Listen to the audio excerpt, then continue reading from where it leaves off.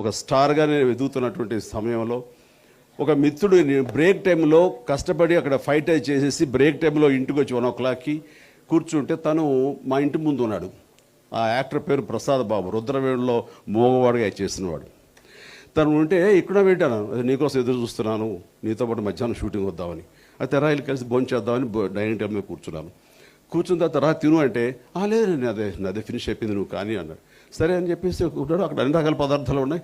ఏవో ఒక సాంబార్ వేసుకున్నాను, వడియాలు తిన్నాను, ఒక ఆమ్లెట్ ఉంటుంది తిన్నాను. బయలుదేరిపోదాం రా అన్నాను. రానన్నాడు.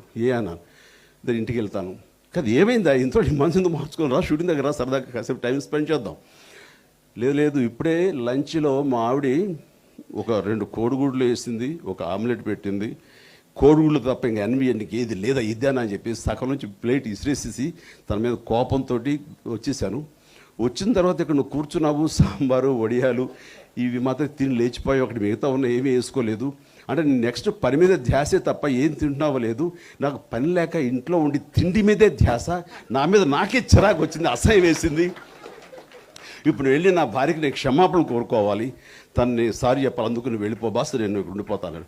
ఓకే ఆల్రైట్ అన్నాను. అంటే తినటం అనేది అంటారు అందరూ జనరల్గా, బతకడం కోసం తినాలి తప్ప తిండి కోసం బతకూడదు అన్నది. అది నేను ఆ రకంగా తిండికి ఇంపార్టెన్స్ ఇవ్వకపోవడానికి, ఏదుంటే అది ఆ టైం కడుపు నింపుకోవడానికి ఎన్సీసీలో నాకు వచ్చినటువంటి ఆ డిసిప్లిన్ అది మా కాలేజ్ నుంచి వచ్చింది, వైఎన్ఎం కాలేజ్ నుంచి. అట్లాగే నాకు ఎవరు గురువు లేరు డ్యాన్స్ విషయంలో. ఈ రోజున బెస్ట్ డాన్సర్ చిరంజీవి అంటుంటారు, రైట్, ఓకే, తెగ ఒప్పుకుంటాను. కానీ డ్యాన్స్ నేర్చుకోవడానికి నాకు కళాశాలలు లేవు, ఎక్కడ పెద్ద పెద్ద నాట్య విన్యాసాలు నేర్చుకోవడానికి ఏ ఇన్స్టిట్యూట్స్కి నేను వెళ్ళలేదు. అంతా చూసుకుని నేర్చుకోవడం తప్ప అంతే.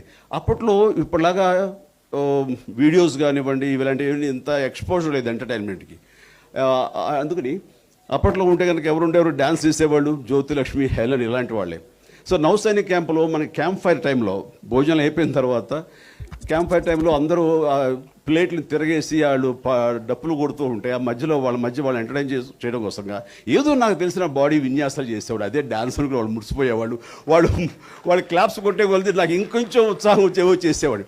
అలాగా డ్యాన్స్ ఒక ఇంట్రెస్ట్ కానివ్వండి, ఆ బాడీ లాంగ్వేజ్ అందంగా నేను మలుచుకోవడానికి కానీ నాకు దోహదపడినవన్నీ ఇవన్నీ కూడా కాలేజ్ డేస్లోనే నాకు ఏర్పడి, ఆ రకంగా వైఎన్ఎం కాలేజీలో నాకు ఇవన్నీ కూడా ఏర్పడి నాంది పలికింది, సీడ్ సో అయ్యింది కేవలం అక్కడ. అందుకనే ఈ రోజు నేను ఏమిటి అన్నది ఆ రోజు నేను అవన్నీ కూడా అనుభవం చేసుకోబట్టి అవన్నీ కూడా నాకు నేర్చుకున్నటువంటివి. సో అన్నీ బాగా నేర్పారు కానీ అక్కడ చదువు నేర్చుకోలేదు సరిగ్గా.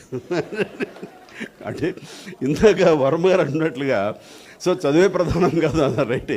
కానీ అకాడమిక్ స్టడీసే కాదు కానీ క్రమశిక్షణ అనేది ఎంత అవసరం అనేది నేర్చుకున్నాను అక్కడ.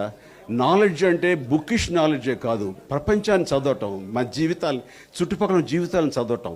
ఇలాగా ప్రతి ఒక్కళ్ళని అబ్జర్వ్ చేస్తుంటే వాళ్ళు నేర్పుతుంటారు మనకి what to do, what not to do అనేది. అది చిన్న కథలు అయితే కథ అయి ఉండొచ్చు, లేదా పెద్దల యొక్క ప్రవచనాలు అయితే ప్రవచనాలు అయి ఉండొచ్చు. ఈవెన్ సార్ వాటి ప్రతి దాని నుంచి నేను నేర్చుకునేది నేను అన్వయించుకోవాలి, ఆపాదించుకోవాలి అన్న భావం మనలో ఉంటే కనుక మనం నిత్య విద్యార్థిలాగా ఎప్పటికప్పుడు మనం పరిణితి చెందుతూనే ఉంటాం, ఎవాల్వ్ అవుతూనే ఉంటాం. అది ఒక్కడే నా సూత్రం, నేను అలా చేస్తూనే ఉంటాను. కాబట్టి ఈ రోజు కూడా మిమ్మల్ని అందరిని చూసి ఎంతో నేర్చుకుంటానని అనుకుంటాను నేను. అలాగా ప్రతి క్షణం నేను ఇక్కడ ఎందుకు ఇంత యంగ్లో ఎలా కనపడతావు చిరంజీవి అంటే, ఒకటి నా భక్తి కోసం, సినిమాలో యంగ్గా లేకపోతే కనుక నెక్స్ట్ క్యారెక్టర్ యాక్టర్ చేసుకోవాలి. క్యారెక్టర్ యాక్టర్గా వెళ్తే కనుక ఇప్పుడు వస్తున్నంత రాదు, తగ్గిపోతుంది. సో ఇది ఎంత రాబట్టాలనే ఉద్దేశంతో యంగ్గానే నేను ఇంకా ఉండటం కోసం ప్రయత్నం చేస్తాను. దానికోసంగా ఎక్సర్సైజ్ చేస్తుంటాను, ఖచ్చితంగా డైట్ చేస్తుంటాను, ఇలా ఎన్నో సాక్రిఫైజెస్ చేస్తుంటాను. కాబట్టి ఈ రకంగా ఉండగలిగానేమో.